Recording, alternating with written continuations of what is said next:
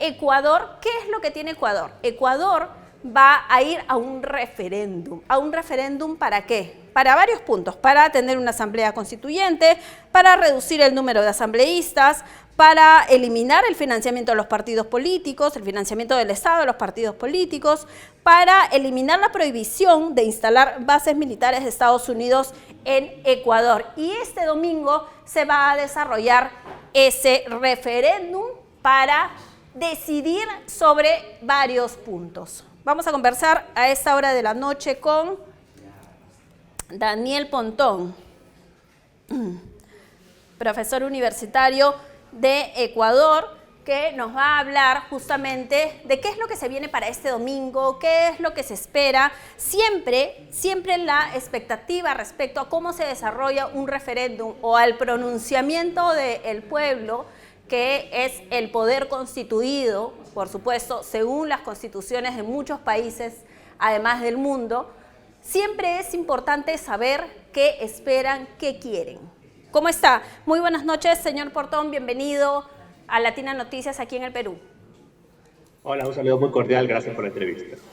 Quiero saber qué es lo que se espera de este domingo, qué es lo que se espera de este referéndum. Primero, ¿por qué Daniel Noboa plantea este referéndum? ¿Qué lo lleva a aterrizar en estos 5 temas de referéndum y cuál es la expectativa de la gente sobre ello?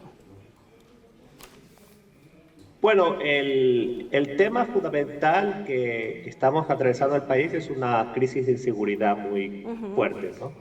Ecuador, para que tenga una idea, va a llegar este año a tener cerca de 50 homicidios por cada 100.000 habitantes. Perú no llega ni a 10. ¿Sí? Claro. Y eso un poco para que muestre la severidad del problema.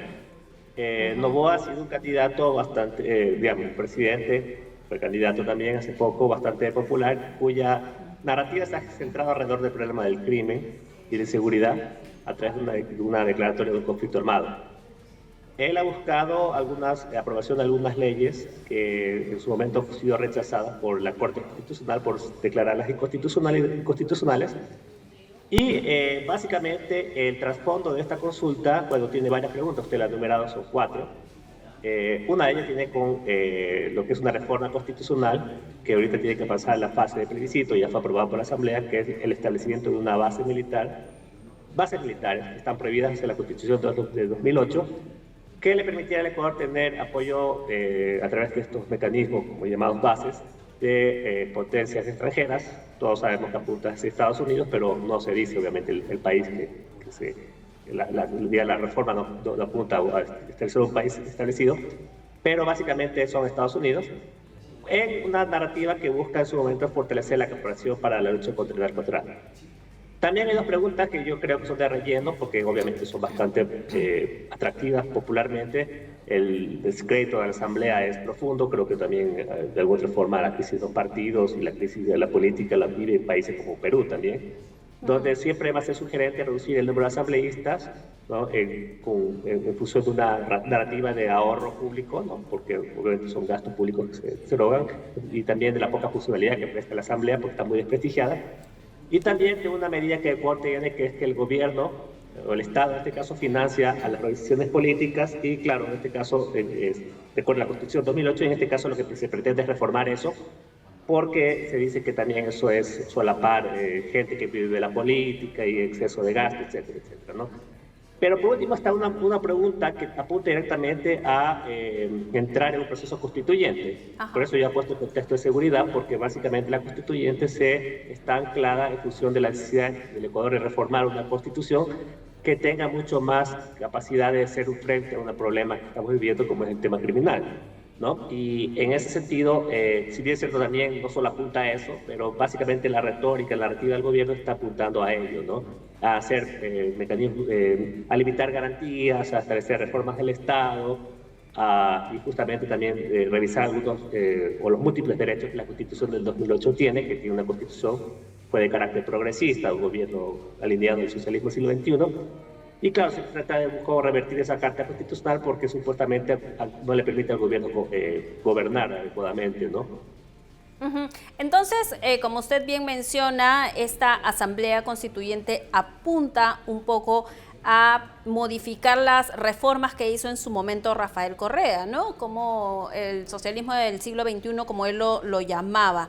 Pero reducir el número de asambleístas, por ejemplo, puede sonar popular, pero el nivel de representatividad en una democracia, reducirlo a 76 parlamentarios, que es lo que más o menos están estimando tener, 80. ¿no? 80, ya. ¿Qué grado de representatividad podría tener para los ecuatorianos? Porque puede sonar popular para reducir el gasto, claro, es algo que se ha planteado muchas veces también en nuestro país, ¿no? Pero el nivel de representatividad en una democracia no es el ideal, ¿no? Sí, justamente esa es la crítica que se le hace, porque primero se amplía el número de representantes a nivel nacional, pero por otro lado también se limita a ciertas provincias que tienen poca cantidad de población a solamente tener un representante, ¿sí? La Constitución actualmente permite, el mínimo es de 2 por provincias y de ahí se va incrementando en función de su número poblacional. Y obviamente eso ha llegado a que actualmente la Asamblea tenga 150, ¿no? Básicamente hay una reducción de un poco más del 40 y 45%, y eso es bastante. Y obviamente la crítica que se le hace es que obviamente se restringirían derechos de representatividad, lo cual claramente también es un desmedro a la calidad de la democracia. Ahora, es verdad que la Asamblea también tiene múltiples falencias, ¿no? Entre ellas, por ejemplo, la calidad de los asambleístas, los debates, también claro, las corrupciones, los camisetazos que en Ecuador cuando hay competencia, todo ese tipo de cosas, pero que desde una visión más cabal se necesitaría una reforma más al sistema de partidos políticos, sistema de representación política, claro, ¿no? Más que una reforma de esta naturaleza, pero claro, a final de cuentas también es una medida que busca enganchar el apoyo popular a otras preguntas que realmente tienen un trasfondo mucho más estratégico, como por ejemplo el caso de la consulta popular, ¿no? Para el tema de la constituyente, ¿no? claro. Ahora, eliminar la prohibición de la instalación de bases militares de Estados Unidos en Ecuador, ¿a qué apunta? ¿A que podrían contribuir en la lucha contra el crimen organizado que en este momento está registrándose en Ecuador? Bueno, Ecuador tuvo desde el año 99 hasta el año 2009, por cerca de una década, tuvo una base militar en la ciudad de Manta, ¿no? Con apoyo estadounidense.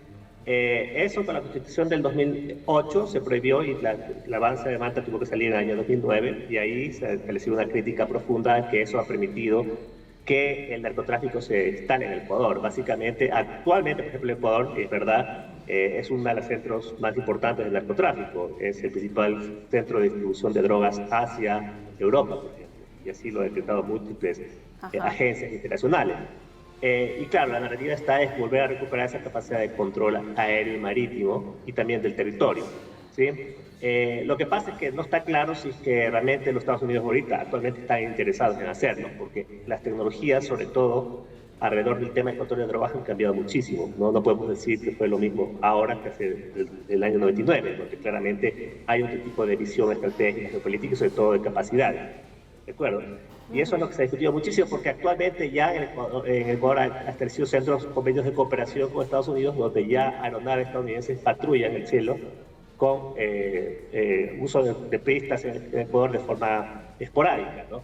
Lo que se busca actualmente es tener ya una base permanente, ¿no? Que mal debería decir una base militar. Lo que se busca es básicamente bases de apoyo logístico y para establecer el control aéreo y marítimo. Claramente eso ha sido bastante criticado por la oposición, porque muchos dicen que es volver a perder la soberanía que un país quiere y los costos geopolíticos que eso podría traer en un contexto donde la confrontación con Chile está muy marcada, podría tener algunas consecuencias para el país. Pero bueno, la narrativa del gobierno está volcada al tema de la seguridad y creo que el domingo se decidirá si la gente quiere o no unas bases, ¿no? Muy bien, señor Daniel Pontón, docente universitario ecuatoriano, muchísimas gracias por haber estado con nosotros dándonos una explicación de lo que se viene para este domingo, ¿no? De lo que podría pasar luego de este domingo ya en los próximos meses, porque tendrían que aplicarse las reformas que finalmente den como resultado en el referéndum. Muchísimas gracias por estar con nosotros esta noche.